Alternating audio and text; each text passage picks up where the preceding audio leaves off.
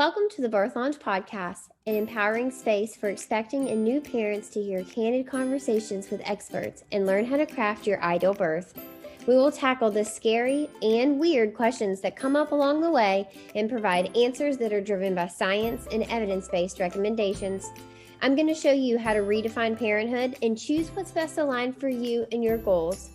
With 10 years of experience in family education and a master's degree in human development and family studies, I'm ready to help you navigate pregnancy and explore your birth options to free yourself of fear surrounding childbirth. My goal is to help you have an informed and confident labor experience, plus an empowered and joyous postpartum. Hello, welcome to the show.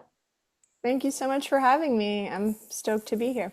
Thanks for being here. I'm really excited to share not only this topic, but your wisdom with our audience. One thing that I really love about this podcast is it allows me to talk to and connect with people who are doing the work that I think a lot of us need, but a lot of us don't know where to find it. And you are one of those people. For me, you've always been someone that I have followed in my birth work. And I think particularly because you don't shy away from the conversations that need to be had, but in that you also don't scare people. And I want you to be informed about the decisions that you're making about your baby and your body. And that resonates so deeply with me. And I think that's why I'm so drawn to you. So thanks for being here. I know that a lot of listeners are very excited to talk about ultrasounds because we always get questions. And when I say we, I'm talking about my team in email, on social media, from private clients, from people in the birth lounge, from people who've downloaded the birth lounge app.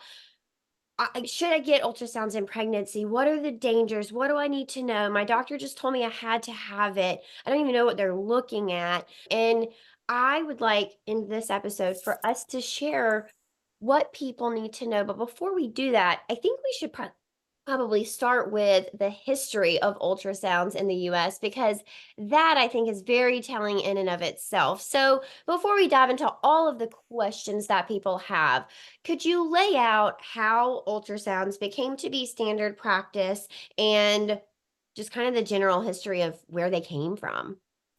Yeah, sure. Okay. I think it's important to first look at kind of the logic behind why a woman would want to get them. I think it's important to start there because, like you said, a lot of women feel like they have to do it, but they're not exactly sure why, or they just have a very basic reason, which is to make sure nothing's wrong with the baby or with the pregnancy, right? But beyond that, they're not really even sure what they're looking for or what the implications are.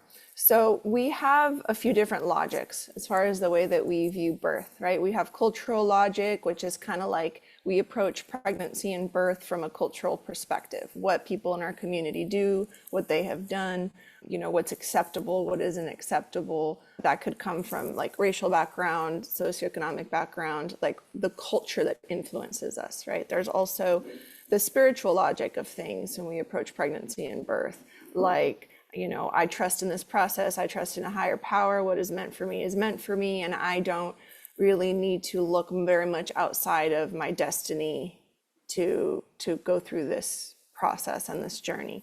There's the woman's logic, which is, what she feels, what she wants to do, what her body's telling her, what she intuits, what she's feeling that day, right? And so that's the woman's logic. Then we have the clinical logic, which is our primary logic around pregnancy and birth now. This test result said this, so we have to take this action. This blood work said that, so now we're going to do this. It's the beginning of separating the soul from the body, basically. We have the science to tell us what's going on, and we have the technology to tell us how to resolve it. So this is a more technical approach to birth and pregnancy. We have legal logic, what's allowed, right? What's allowed, like in the state of Alabama, you can't do a home birth. For example, it's not legally allowed. State of Florida, you can't go past 41 weeks or else you have to, doing a home birth, or else you have to transfer to a hospital to get obstetric care because midwives are regulated. So then we have that legal logic that's driving us around pregnancy and birth. And then we have what I would say is more like the scientific logic, right? Birth is a normal physiological thing. The body responds hormonally to this, and then this happens, A plus B equals C when it comes to our biology. So we have all these different types of logic informing our experience. And so the way that we've arrived at, feeling dependent on ultrasounds and kind of weaving them into our experience is really because of that clinical logic. This clinical logic kind of apprehended our experience of birth. Most women today, even more naturally minded women, conscious, I put that in air quotes for people who are listening, conscious women, still default to the clinical logic of this process. And so they might say, yeah, I do yoga and natural, organic food, and I biohack and I do this and that, but then I have to get ultrasounds and blood work because I need to make sure that everything's okay. So it's like there's this blind spot when it comes to pregnancy and trusting the process.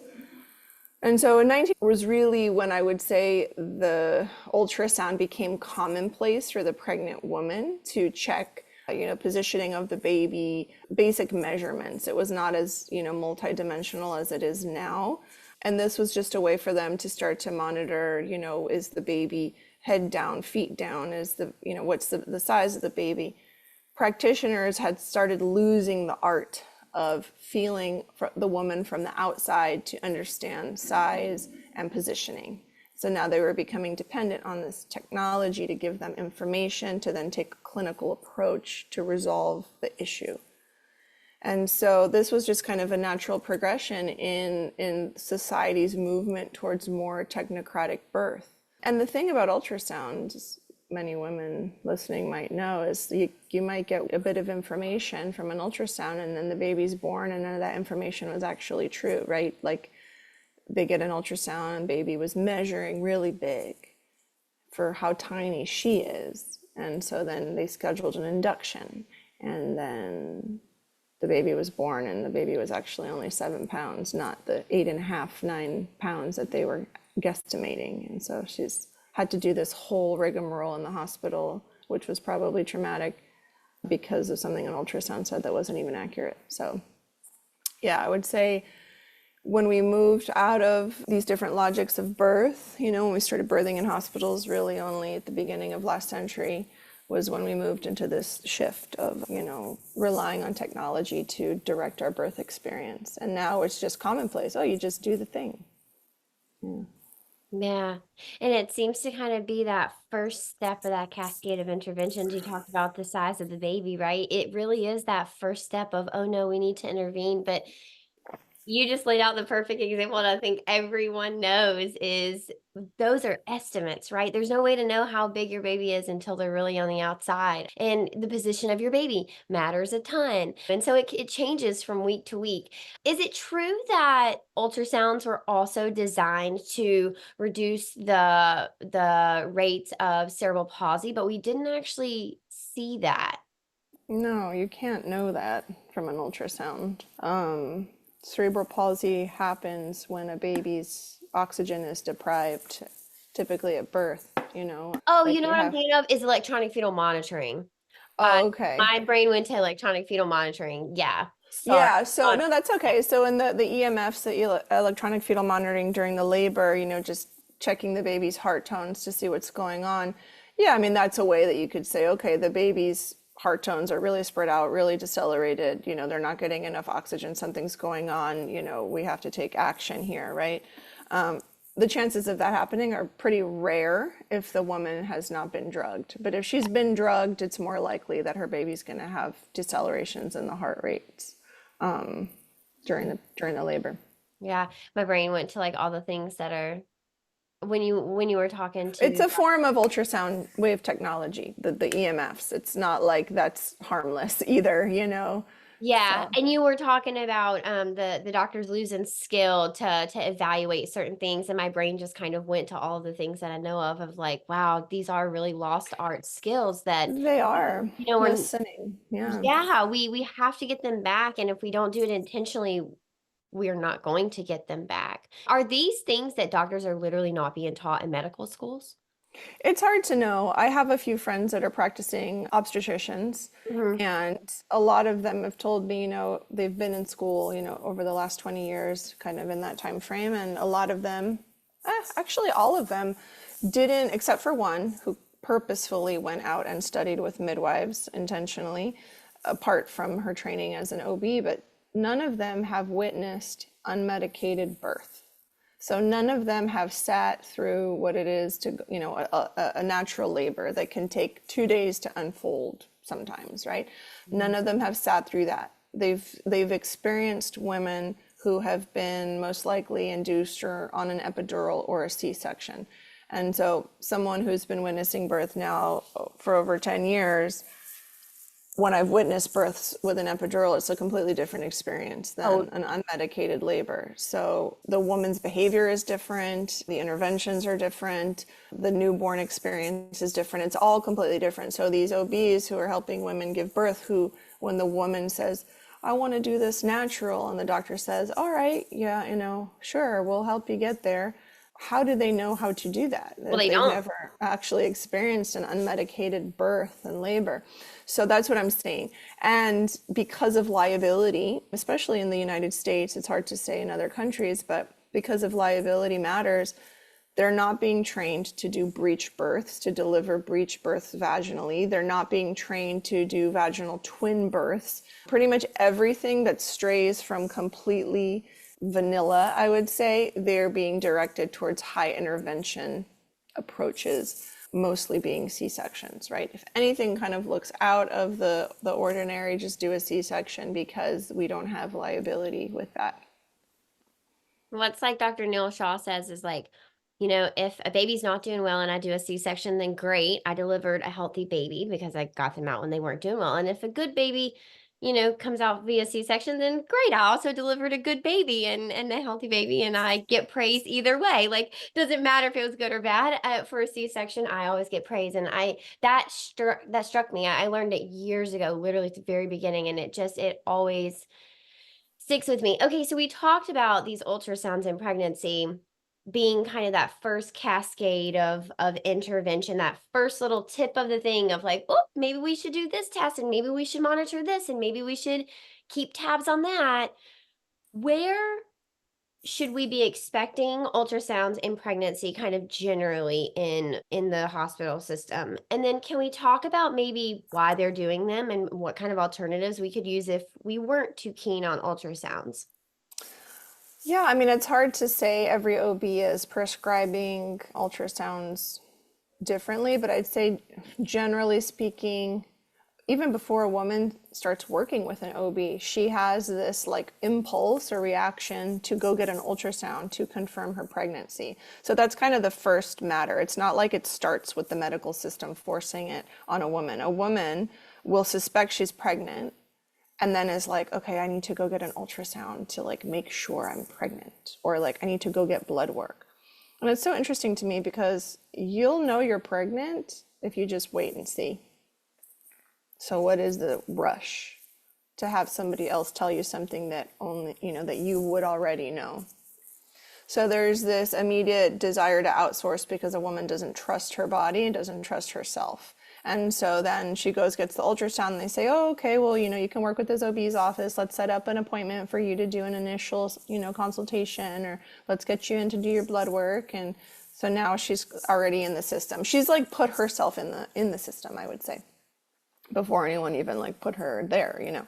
And so then they'll do another ultrasound, usually at 12 weeks. They'll do a genetic screening. And, this is the really interesting one because women go to make sure that there's no like defects with the baby, and they want to know, this information. And then they ask me, should I do this ultrasound? And so then I ask them, well, would you abort? Would you terminate the pregnancy if you were to find something out that like was out of the ordinary? And they're like, no, I wouldn't. And I'm like, okay, then why are you doing it? And they're like, oh, I don't know. It's just like, I just, they don't really know. I just thought I was supposed to, right? And then there are some women who would, terminate the pregnancy. So, hey, in that case, well, I guess that's, your personal choice to get the ultrasound, find out. But remember, they're not always accurate, right? So now you're really playing with fire. Are you doing something that's for sure? You're making this really big decision for sure, for sure.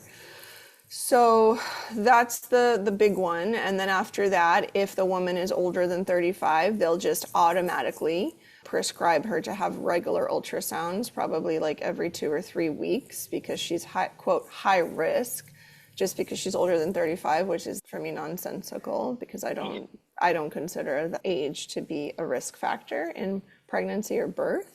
But that's another, worldwide, social belief, I would And say, that's myth. after a certain point in pregnancy, right? Or is you're not talking about the entire pregnancy after 35, or yeah. Yeah, yeah, women are being that closely monitored. In your first When and second trimester as well? just Wow. making sure everything's okay. We want to make sure nothing is wrong with the baby. And so the woman's now feels like what? Disabled in a sense because of her age. And now she's like, okay, I really have to make sure nothing can go wrong. But no one's explaining to her like what could go wrong for, what happened between her turning 34 and 35 that now suddenly like something really wrong could happen. It's interesting. And then when she nears the end of the pregnancy, right, getting closer to the birth or her estimated due date, then they'll want her to come in, weekly. And sometimes I've had clients where they're recommending she gets an ultrasound every time she comes in. Oh my God. And rather than teaching the woman, right, the medical provider, rather than teaching the woman how to listen to her baby's heart tones, maybe with a stethoscope at home, they're having her just come in, they're having her wait in the office 20, 30 minutes, drive all the way there, have a 5-minute visit with the doctor where they listen to the baby with the Doppler and then, ask her a few questions and then send her home. Rather than just teaching her how to listen, making her radically responsible for her experience, But this is the way that they milk money out of her insurance, I was just making literally just about to say, but they not only get to bill for that visit, but they just further divide that intuition that she has, right? It just further kind of separates her from her intuition and her being able to trust herself because no one has given her the tools. I talk a lot about counting kicks. Of course, you can only do that after 28 weeks, but it's a great way to keep up with your baby that you don't have to have medical intervention. Or if you need medical intervention, we're catching it. Um, this is fascinating. Okay, where else might someone get ultrasounds in pregnancy? Typically, they're doing them for size of the baby, right? After, I mean, a lot of yeah. parents are getting them at 28 weeks. And when we say, why did your provider do that? They say, I don't know. They just told me I needed it, Yeah, right? they just told me I needed it. So they want to monitor the growth, right? And Yeah. if a woman has twins, they want to see, the development of both of the twins. Is one twin, taking more from the other twin? Is that one twin being absorbed back into the body? This information that they say a woman would want. And so this, regardless of what the reasons are, the woman really just has to ask herself, what would I do with that information anyway, right? Like, okay, one twin was reabsorbed into the body. So now there is one baby, and we will meet that baby at the birth, and this is just a way to get women to start thinking about what this information is giving them. And one example is I had a friend a long time ago. She was not a client. This was about 7 years ago. And she did an ultrasound at 12 weeks, and they told her that the baby had a severe heart defect. And after that, she went through the whole rigmarole of testing. They were doing ultrasounds. The ultrasounds were not observing the heart every single time. They were just ultrasounds, observing the pregnancy. And they told her that after the pregnancy, the baby would have to or after the birth, the baby would have to go to the NICU and she would have to do a surgery. That was a little girl. And at the birth, they took the baby to the NICU. They ran all these tests, and there actually was no issue with the heart. It was like a gross misunderstanding, basically. And so she lived her entire pregnancy with this like deep fear that and like they did a GoFundMe to raise funds for the surgery because they didn't have, and it was this whole thing.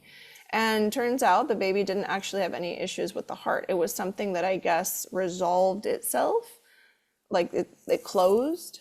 I don't know too many of the details, but I just remember her she was of course grateful and relieved, but experienced a deep level of postpartum depression because of like the intensity of the pregnancy and having this misinformation, I would say. And so, if you're going to subscribe to ultrasounds, you just have to be really prepared to deal with information that's not accurate and information that might be accurate, but what are you going to do about it? And how is that going to impact anything later for you, right? Your baby's measuring big, so now they want to get the baby out at 37 weeks. And then look, your baby's born, it's only 6 pounds. And they So need do to you think you stay because you pulled them out at 37 weeks, right? Like, Exactly. So, what? do you want to give your body the opportunity to birth your baby naturally? Would you rather just try this without having this information? How much do you trust your body? How much do you trust this process? How educated are you? Or are you relying on this technocratic experience, which very often leaves a woman feeling traumatized, leaves the baby, feeling traumatized, so, yeah. And then at the end of the pregnancy, if a woman goes past her due date, they want to do ultrasounds, they want to do non-stress tests, they want to make sure the baby's okay, because suddenly the day after 40 weeks, everyone's like on high alert, like in Oh trouble, no, the placenta knows it's going to start Yeah, deteriorating. yeah, exactly. So it's just like, just take a step back and look at the bigger picture, and really ask yourself what you're trying to accomplish with this information. And people will say, oh, my fluid is low. This is like the new thing that everybody's, oh, my amniotic fluid is low. Rather than adjusting the woman's lifestyle, her diet, they just say, well, if it's low next time, we're going to have to do an induction, you know. It's like, okay. I had a client recently, she's had 3 babies already. This was her 4th pregnancy. Every baby she's birthed has been really small. Totally like gets fully baked and is like never bigger than 6 pounds at 40 weeks. It's just the babies the way they are, and they're all fine. This time around, they said, we really want to give your baby steroids. We want to give you steroid injections because, we're really concerned that the baby is too tiny, for the gestational age. That's what they told her. And so, and then they had her come in for an induction, and the baby came out, and the baby was totally fine. It's like these extreme, and I said, did they even look at your history? I know it's been a few years since you've birthed these other babies, but did they even look at your history? Every other baby has been this size for that gestational age. So she said, if I ever have another baby again, I will not do a single ultrasound, and I'm not going through this again, because every time she puts herself in the trap. She took Totally. responsibility finally this time, that she's put herself in this trap every time, and she gets scared, and she gets what she claims to be bullied. So no one's bullying you. You are intentionally participating in the system. This is how they do things. If you don't want to do it in this way, then do not participate in the system. Okay, I want to dive into that because I use the language a lot of like, you know, I don't want you to be bullied by your providers. We've talked about these two things multiple times throughout this episode, choosing to go along with this system, but Right. then also the doctors do have incentive. There is some sort of motivation and agenda on their end, right? So how do these two things like mesh? How does someone go into the system and still take radical responsibility? And I only asked that specific question because the majority of our listeners are birthing in a hospital. They don't want to Okay. in home birth, even though we've talked well and good about the benefits of home birth on this podcast, and there's no judgment, listeners.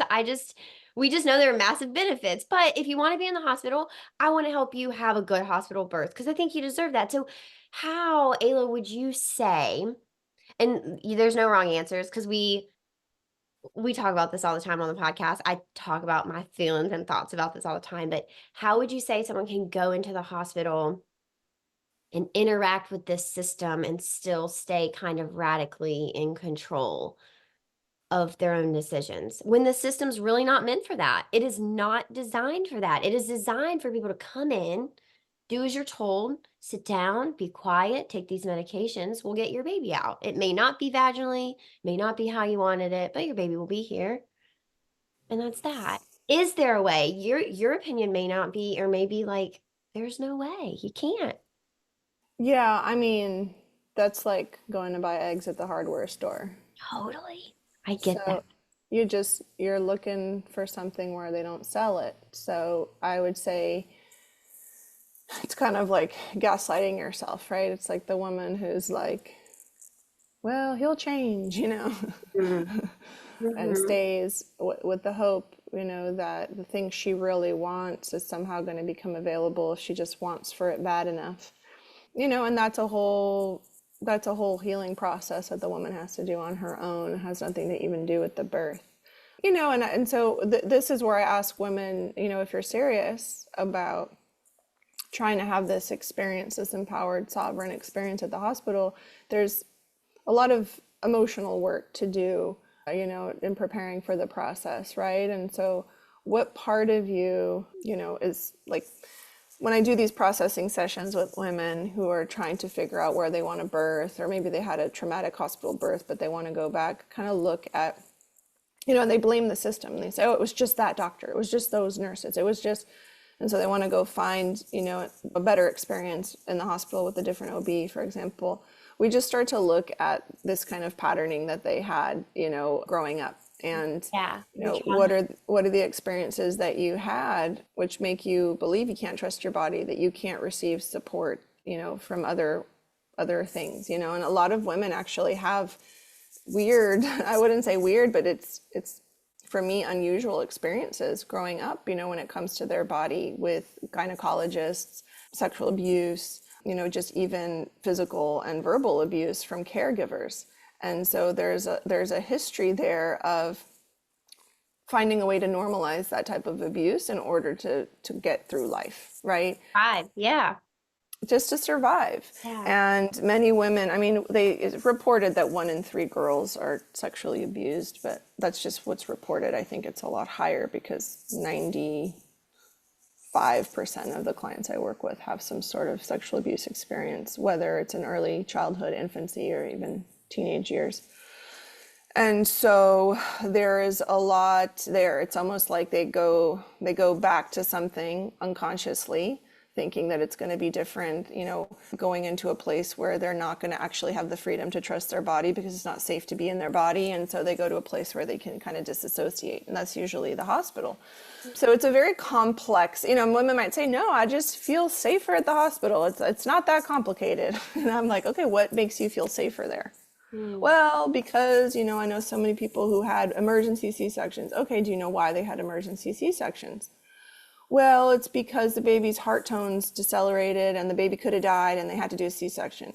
Okay, do you know why the baby's heart tones decelerated? Oh, I don't know why. Oh, did she have an epidural? Yeah, she had an epidural. Okay, there you go.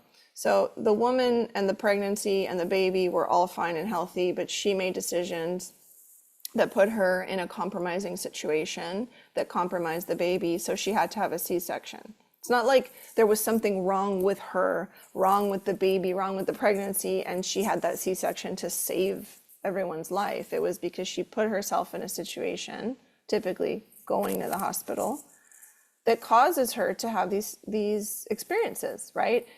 Any animal where you put them in an unsafe situation when they're in labor, they're going to freeze up, right? If there's a female in nature birthing her baby and she senses there's a predator around, she'll get a shot of adrenaline in the body so that the labor stops and she can go find safety. How many women's labor stall when they get to the hospital? You're Ev- surrounded by strangers. You're in an environment that's full of sick people where people go to, when they're having emergencies. Psychologically, it's not the most nurturing place. And then you're greeted with a bunch of interventions, an IV for, quote, hydration, and regulating blood sugar, a series of pelvic exams from people you've never met before. I mean, it's all of these assaults on the body. And women think, no, this is just a way to keep me safe. Yeah, but your body is having a different experience. Your mind might make it seem logical to you that you Because have you've to been do taught this that, right? But because that's you've been only taught because that. we've been programmed to think that's safety. Totally. Exactly. But then the body, the somatic experience is totally different. And so that's why women don't dilate and they have a, quote, what's the word, the term, prolonged labor, or Child their labor. stalled labor, Yeah. or, whatever, Failure whatever it to is. progress. Failure to progress. There you go. And so, but it's because she's put herself in an environment where it's not supportive of her having natural unfolding of labor, an easy labor. So her body's trying to protect itself, And then she thinks, "Oh, I'm so glad I was here at the hospital because they forced my body basically into birth. They gave her, induction drugs. They did, maybe a balloon to try to open up the cervix or, whatever the procedures are."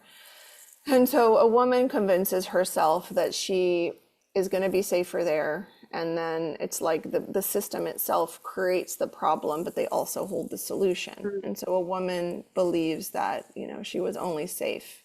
She's like, "Oh yeah, my belief system was confirmed. Yeah. I knew I was safer there. And when I went there, things went wrong. And then they saved me. And I'm traumatized, but at least my baby's alive." And they don't know why they feel disconnected from their baby. They don't know why they feel depressed. They don't know why they feel isolated. They don't, Breastfeeding's not working. They can't see breastfeeding's not working out. intrusive thoughts. Yeah, and then they're, they feel resentful, and then they look at women who had, easier, successful, blissful births, and they're like, "Oh, well, that was impossible for me, and that doesn't happen to everyone." And there's a whole victim mentality that's created, unfortunately. But that's what happens when we participate in the system. So when people say, "How can I have an empowered, sovereign birth at the hospital? How can I take radical responsibility? How can I get the things I want?" You can't get the things you want. But you also are not clear yet on the things you want Mm. because you're still shopping at a store that doesn't sell the things you want. So you're not exactly clear yet. So, a lot of women say, "I want to do a natural birth," or "I want to go to a birth center," or "I want to do it at home, but it's my first one. So we're going to do it at the hospital just to be safe." Right. And people don't even understand what safety means, Yeah. and it's unfortunate too, because a lot of men don't understand either, because they've also been conditioned, by things like Hollywood, movies and stories from other people, that technology is really the only way to keep us safe. And women were dying in childbirth all the time throughout history. And it's like, how do you know that? Are you an anthropology major? Did you study that? Or is that just what people say and you're just regurgitating, phrases rooted in fear? Do you actually know that for sure? Yeah. They I mean, don't. also what has changed, right? Modern medicine has changed. Our hand washing has changed. Our understanding of germs and contagious disease and communicable disease has all changed. A lot has changed. Your comment about men is very interesting because I kind of believe and subscribe to the idea that men have traditionally kind of been removed from the birth space. And I know some people are like, men don't belong. I couldn't imagine giving birth without my husband. I want him in that birth space. I don't know if I want other men in that birth space, but at least my husband, that's my goal, right? It strikes me always when people are like, "Oh, well, my husband didn't do this," or, "This is what he did. He just slept my whole labor. He didn't know what to do, or he just sat there. Or I wish he had advocated more." We have to teach men what to do in the birth room because they don't know. For some men, it does come instinctually, I think. For some men, it doesn't at all. And I don't know why that is, but I do think that if we teach men what to do, most of them want to be in the birth space, at least for their child's birth. What are your thoughts on this? So my ex-husband was an incredible birth partner. We took a 12-week Bradley method class together.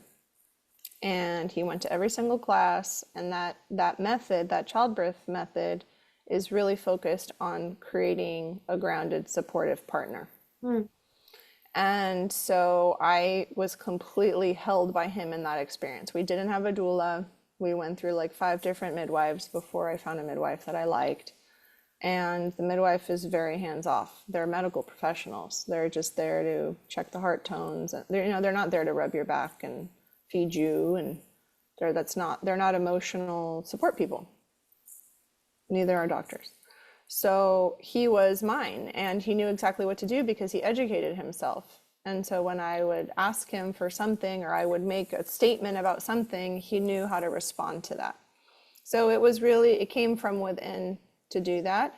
I didn't expect him to catch the baby. I didn't expect him to do those kinds of things, but he really was grounding in the whole process. What I did notice was that at certain points, I just wanted to be witnessed by women, because what we want as women, we want three things. We want safety, we want to feel free, and we also want to be seen.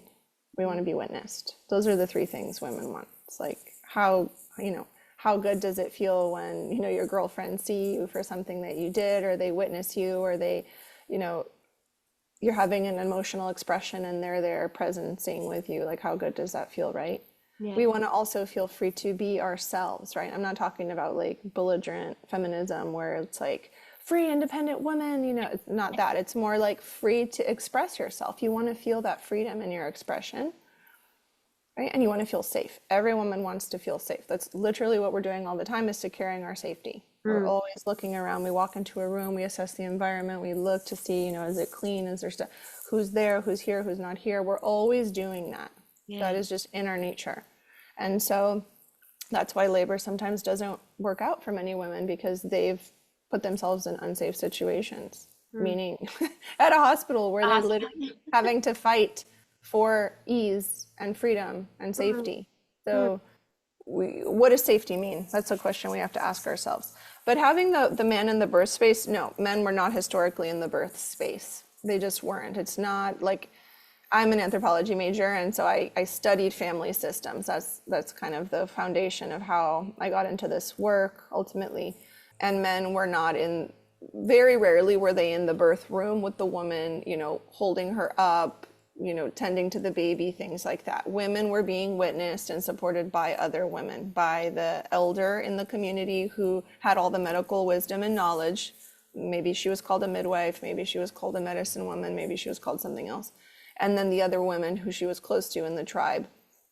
And those were the people that were available to her at the birth. And the men's responsibility in the community was to make sure that the women were provided for.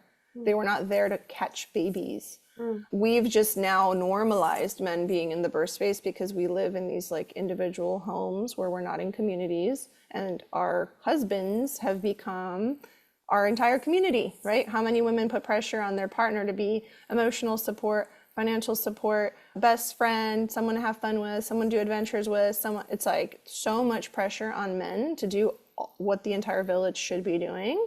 And now we're expecting them to be in the birth space, which is not actually natural for them biologically. Doesn't make sense. It's not.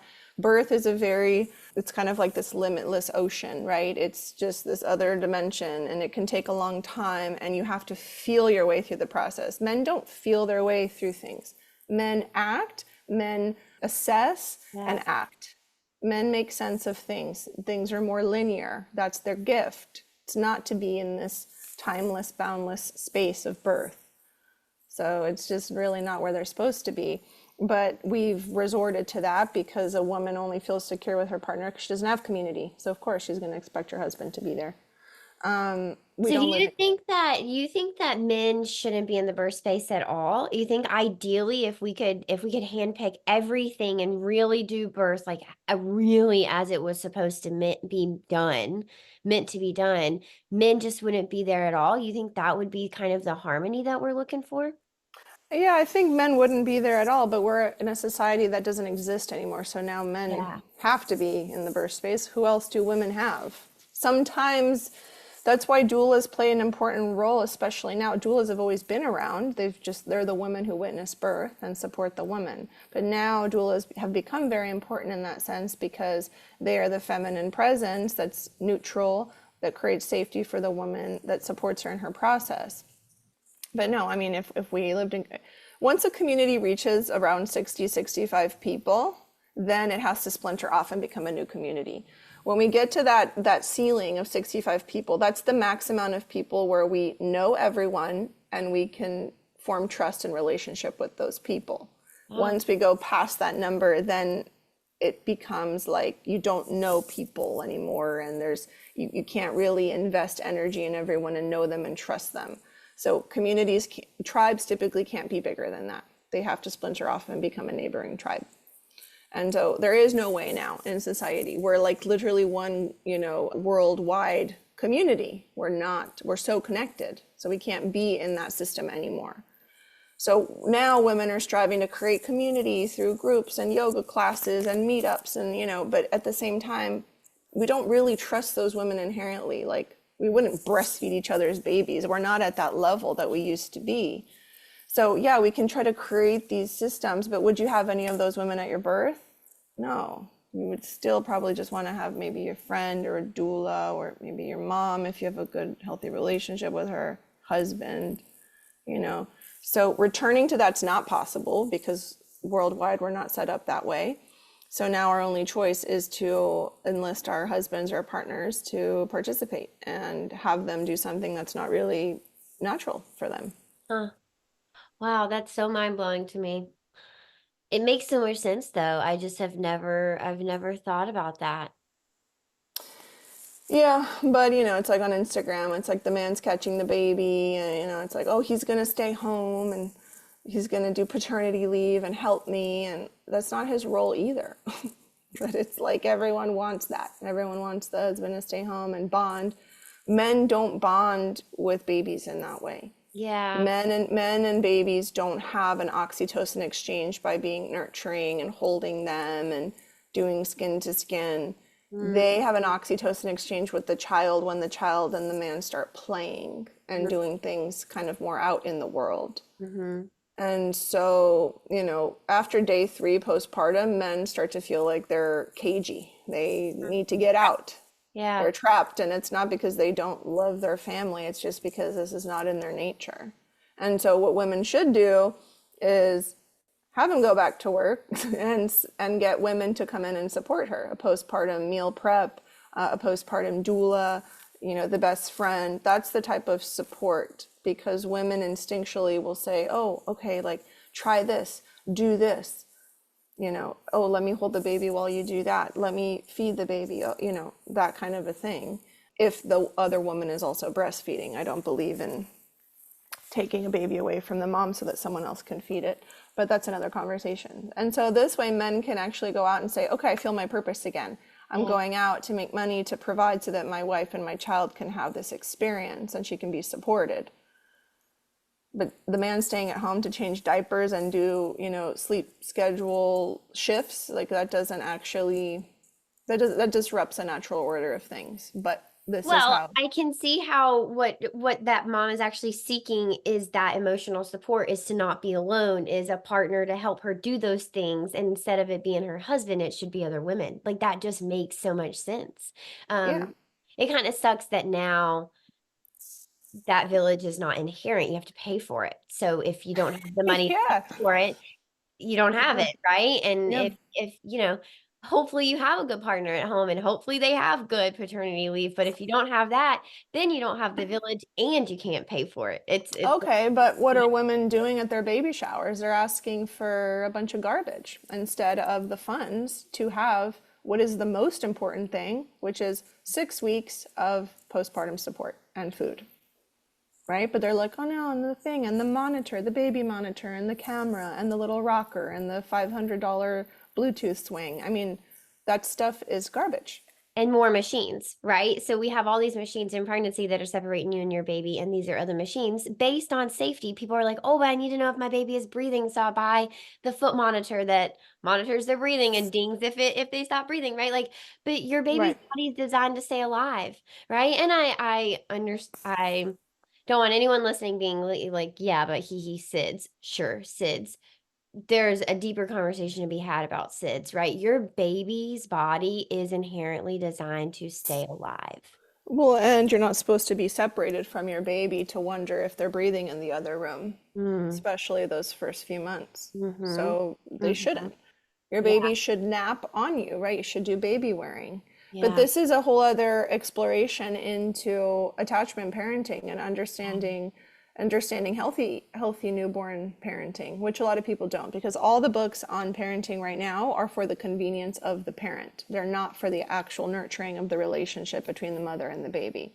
How Mm. do I get my baby to sleep? How do I get my baby not to cry? How do I get my baby to be this obedient little robot?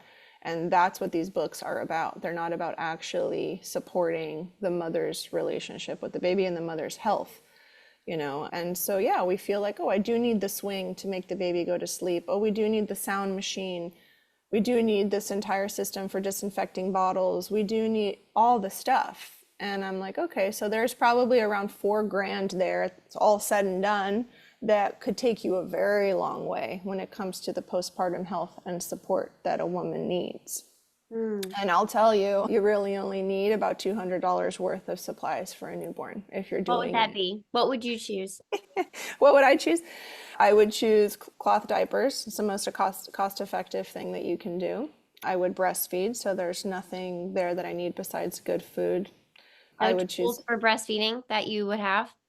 I wouldn't have any tools for breastfeeding. If you wanted to have a pump because you need some support getting extra milk out, that's fine, but I wouldn't bottle feed to begin with. So there you've eliminated a lot of costs and now you've done something to support your health and the baby's health. And I'm a lactation consultant, so I'd say I'm happy. I have a whole class on breastfeeding. I'm happy to explain why bottle feeding is actually kind of dangerous for the development of the baby and the relationship of the mother and the baby. Some people feel like they didn't have a choice. That's a deeper conversation because it's a case by case basis. The baby needs a few outfits. The baby, you might want to buy a rail for the side of your bed, a mesh rail that goes underneath. It's about $25 so that the baby doesn't fall out of your bed, but you don't need to get a crib. You could get a bassinet if you wanted to. You get a baby carrier, you don't get a stroller. You get a car seat. That's probably about it. I love it. Okay, cool. All right, we've kind of veered. I've loved every minute of it, but I want to go back to ultrasounds because I do see that we're kind of like wrapping up on time. We talked about ultrasounds being kind of that first step in the cascade of interventions. Are there any other dangers that we need to know about? I know a lot of people are worried about the technology. You've got the group of people who talk about actually the ultrasound waves and the impact on the fetus. Anything else that people should be aware of when they're making decisions on whether ultrasounds are right for them? Yeah, there's a great book on a bunch of studies that were done on babies born from Is this one? ultrasounds. Oh yeah, you already have it. There you go. Yeah, that's just it's a pretty quick read. You could get through it in a weekend, even if you're not, super big on reading. Maybe Yep. now you're more used to listening, but it's just an easy book to get through. And there you can see all the ways in which ultrasound technology impacts the development of the fetus. And so it's interesting to note that as ultrasound wave technology became more intensified, right? The ultrasound waves became stronger to become more accurate, to pick up more detail. That happened about 30 years ago. And that's also when the rise of autism occurred in our country. I can't speak specifically for other countries, and their autism rates. I don't know that. But here in the US, for example, the autism rates spiked when this ultrasound wave technology became more frequent and more intense. So more ultrasounds were recommended and the waves themselves became intensified due to the new machines. And so what this book reveals in all of these human studies that were done is that the fetuses were not developing in the same way. And there was a lot of behavioral issues that have arisen from this, neurological disorders, ADHD, ADD, and other types of developmental delays. So we see a lot of children, not being able to potty train, having a lot of emotional sensory disorders. They can't have certain fabrics touch them. They can't have certain light, a certain amount of light. They can't hear sounds to a certain degree, a certain volume. So there are a lot of issues that have arisen. And people say, oh, they were happening before the 90s, but they just weren't recorded. I'm like, okay, whatever people need to believe in order to sleep at night, that's fine. But I'm just telling you what this book says, and there's also other studies supporting this information. People have said to me, I did a home birth, I didn't do any vaccines, I ate a great diet, and my baby still has autism. My child still has autism. Because a lot of people want to say that, vaccinations are the cause of autism, and I would ask people to go deeper into that. Some people say it's genetic. I don't buy that for a second, but some people do, and that's fine. But people don't want to look at Mm. ultrasounds. They're turning a blind eye to that. So many people are scratching their heads. They're totally baffled as to why these rates are going up, but they refuse to look at what women are doing to themselves during their pregnancy. Mhm. Mhm. So do you just cringe? I know I do when I see people who are like, "We went to the 3D ultrasound place or like the 4D ultrasound place." I'm always like, "Oh my God." Yeah, yeah. They want the photo and they want to frame it and they want the whole thing. And it's like, yeah, so I would say, why do you need to know the sex of your baby? Why do you need to know the gender? Why? What does that change? It's another reason women do ultrasounds. Yeah. Women do ultrasounds because they want to, know the positioning of the baby. Oh, my doctor won't deliver a baby if it's head down. Okay, we'll find a medical provider who will deliver your baby if it's not head Yeah, down, yeah, if it's not head right? down. Yeah. But find a practitioner who will do it if the feet are down, and the head is up. Oh, my provider won't see me, they're refusing. They're saying I have to do ultrasounds because I have twins. We'll find a provider who says, sign off this paper and I'm not doing ultrasounds. You can always look for medical providers who are going to be more supportive of your preferences, but it's really up to the woman to take the steps to do that. So many women say, oh, I don't want to say that to my doctor because, don't want to upset him, don't want to be misliked, really suffering from the good girl syndrome where they're scared that if they express themselves, they'll get a slap on the wrist, they'll be looked at The in, difficult patient. the You'll, difficult oh, patient. And I'm oh, so sorry, this is going back to what I said earlier. It's just a lot of emotional issues from childhood where you are people pleasing, right? So many women say, I ask them, if you get your food at the restaurant, something's wrong with it, will you send it back? And they're like, oh, I just eat around it.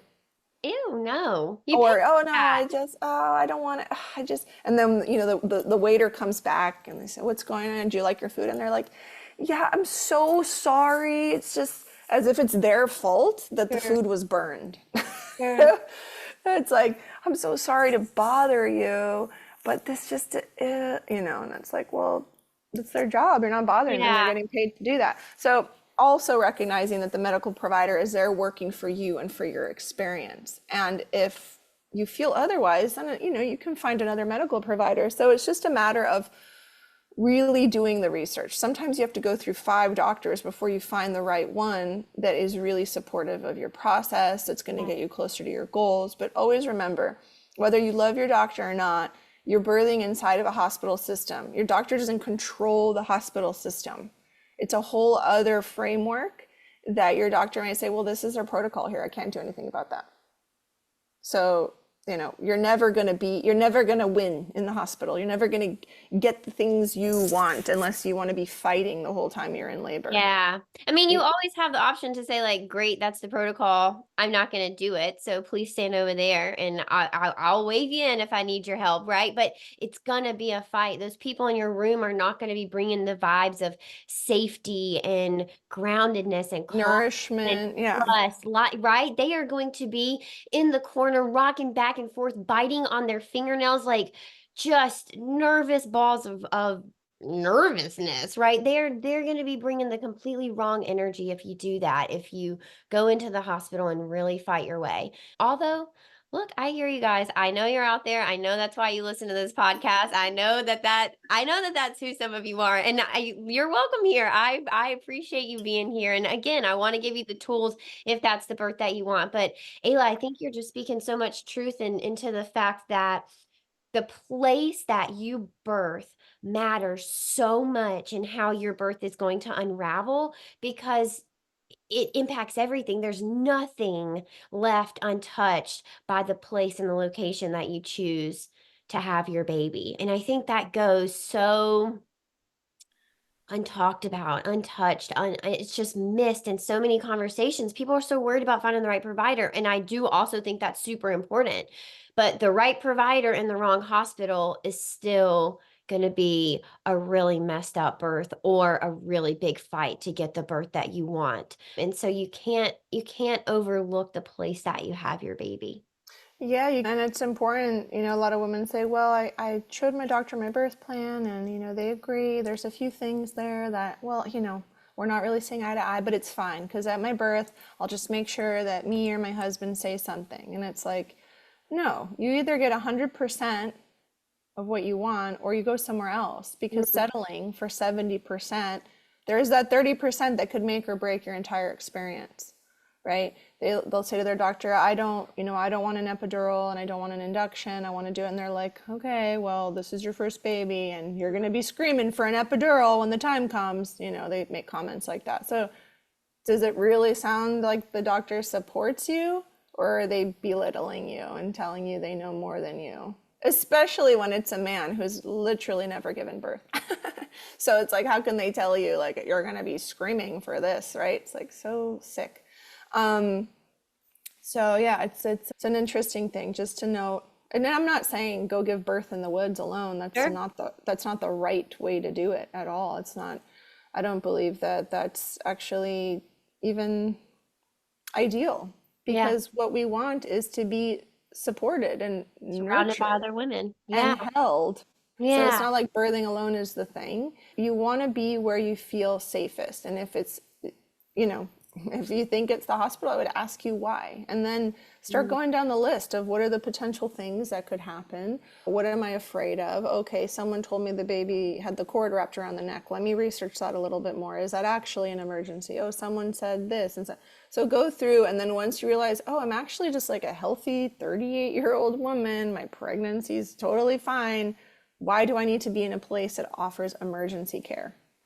Yeah. It's kind of like having an OB on your team when you don't need a surgeon on your team, right? Like Yeah. have a midwife, add a surgeon if you need one, but you shouldn't be getting primary care in your pregnancy, in your low risk pregnancy from a surgeon, right? If you Right. ask OBs what their favorite part of their job is, most of them will say surgery. That Yeah. cannot make you feel like you are gonna get a vaginal delivery with that person. Otherwise, they would have become a midwife, right? And men can do that too. Midwife doesn't mean just a woman only. Like men can do that also. There's some midwives that are male, someone in England and Ireland, in Latin America that I've come across. And it's not, because they're there for birth. They're there for holding space for that experience, not for the surgery. So, yeah, and some women, who are wondering, like, you're on the fence, I would say just meet with a few midwives and ask them, what would you do in this emergency? What is a true emergency? And see what they say. And a midwife is not going to take a client who is high risk. So Yeah, she's going to do a risk assessment, and she's a mental health assessment, physical risk assessment, and if you score out, she's not going to take you as a client. So what are you really worried about? These things that happen out of left field, like suddenly out of nowhere, it's very rare, actually. hmm, Emergencies rarely just arise out of nowhere. And when they do, it's usually because they were induced by a drug that the woman decided to take. totally. Like, It's that iatrogenic trauma that we always talk about. Like, if you weren't in the hospital, that likely wouldn't have happened. You yeah. probably wouldn't have gotten an epidural. Your baby's heart wouldn't have decelled. They wouldn't have needed an emergency C-section. Ended up in the NICU. Had a Yeah. traumatic stay. Yeah, all that. Okay, I do have two questions as we wrap up. Can you explain to us the difference between transvaginal and abdominal ultrasounds, just so people know that there are two different ultrasounds? Because sometimes you're thinking, all right, they're just going to put some gel in my tummy, and they get in there and they have this big wand, and you're like, what is that? And a lot of people will say, I didn't know I could say no. And I want you to know you can always say no. So if you get in there and the procedure is not what you envisioned, or no one is explaining it to you. But Ayla, could you tell us the difference between those two? I mean, you said it right there. One is just intravaginal. And so they're getting a reading on the baby and on the woman's womb from The a inside. more invasive, just from the inside, just a more invasive route. And then the other one is from the outside. And so, depending on what that ultrasound tech believes that the woman needs, she's going to do it. But you can always decline it. Like you can always say, I prefer this, I prefer that. Again, I would also just take it a step further and ask your medical provider to examine you from the outside. And you'll most likely see that your doctor doesn't know how to do that. You're talking about palpating the belly, like examining you that way? Yeah. So yeah, Yeah. where's the head? Where are the feet? What's the Yeah. positioning of the baby? Is it posterior? Is it anterior? That kind of a thing. If you're just looking for positioning, oh, you want to listen to the heart tones? You can ask the doctor to listen with the stethoscope instead of a Doppler. So Yeah. you don't want any of the ultrasound wave technology. Unfortunately, they're so reliant on the technology to give them information that for them to take the time to write down, okay, beats per minute, this, they just don't do that. They probably could, and you might be the first person to ask them to do that in their practice, but they should be able to. Totally. I mean, yeah. What if you're giving birth and the power goes out, right? And I know hospitals have generators, but let's say worst case scenario, the machines go down.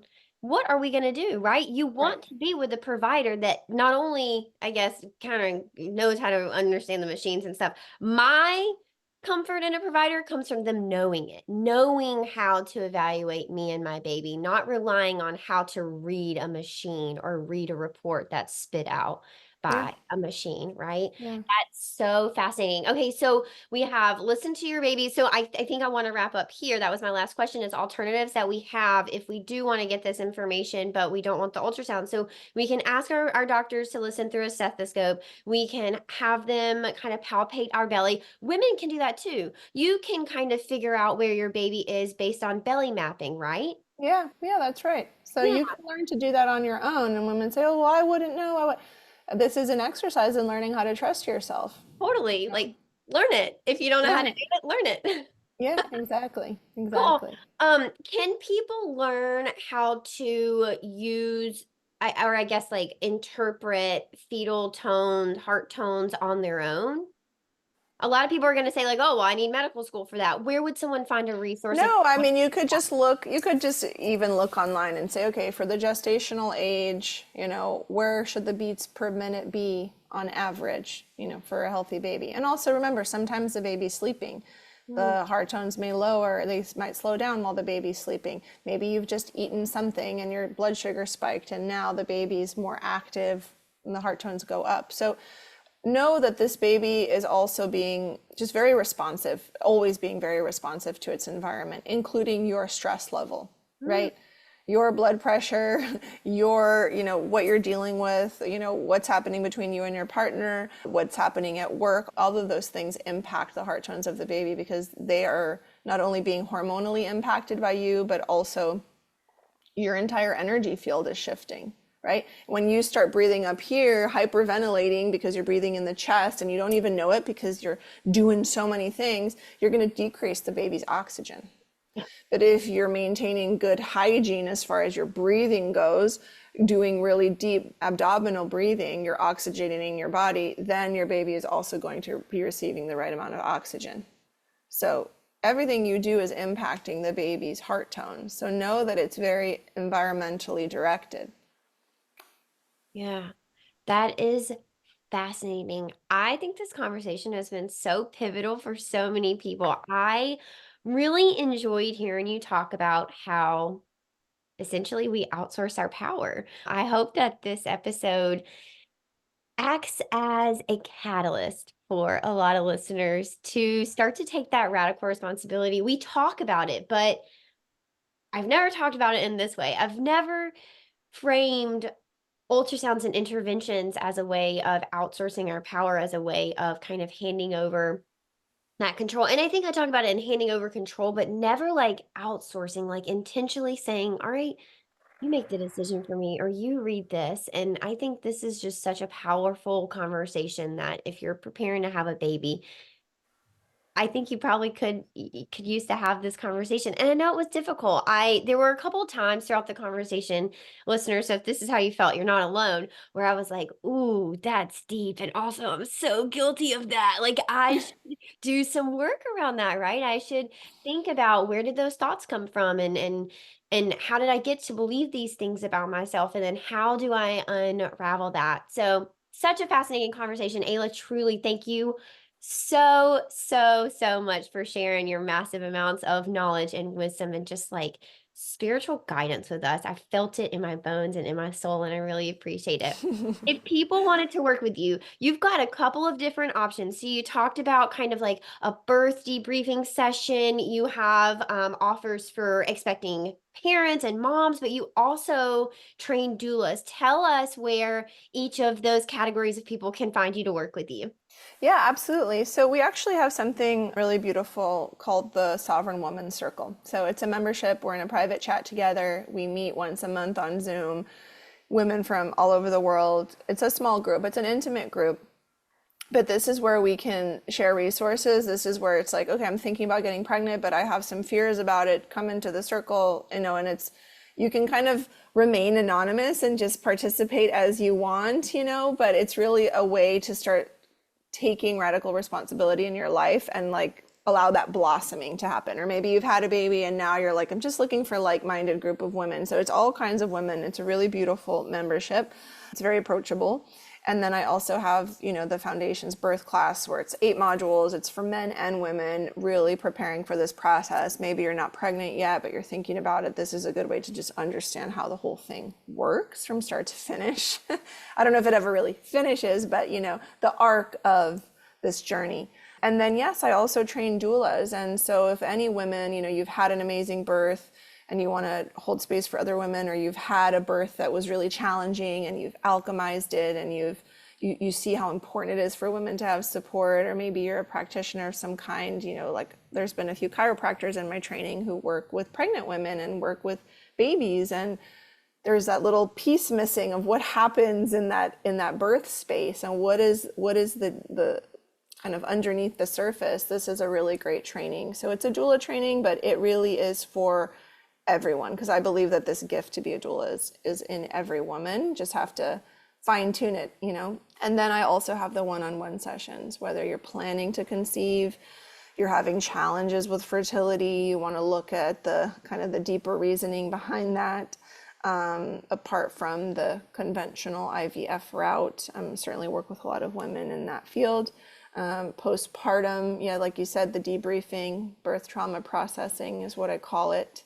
Sometimes women want to get pregnant, but they're super scared of birth, and that's really what's holding them kind of back from even inviting the possibility in. So we can work through that if you're interested. So there's an offering for any type of, or wherever point you are in your journey, even Zoom lactation counseling. I still work with a lot of women one-on-one. Nice. All right, you guys, will link all of that in the show notes for you. And I wanted to tell you about the books that we mentioned. So the one that Ayla and I talked about was 50 Human Studies in Utero Conducted in Modern China. It is by Jim West. It's Yep. little tiny little blue book. Another book that I love and also talks about ultrasound is Obstetric Myths versus Research Reality, a guide to medical literature. This is by Hensi Goer, who obviously we love. These are great books. If you are starting to question things and you're starting to wonder, why are we doing these things? And your provider is not able to give you more information other than like, I don't know, we just kind of typically do this, or this is like standard of care. This is just what we do for everybody. You deserve more answers than that. You deserve to actually know what we're looking for while we're doing these tests. You deserve to know what kind of alternatives you have if that doesn't feel good to you. You deserve to know what are the risks if you say no? What are the benefits if you say no? So that you kind of know where you fall on that spectrum. I will link those books for you guys as well.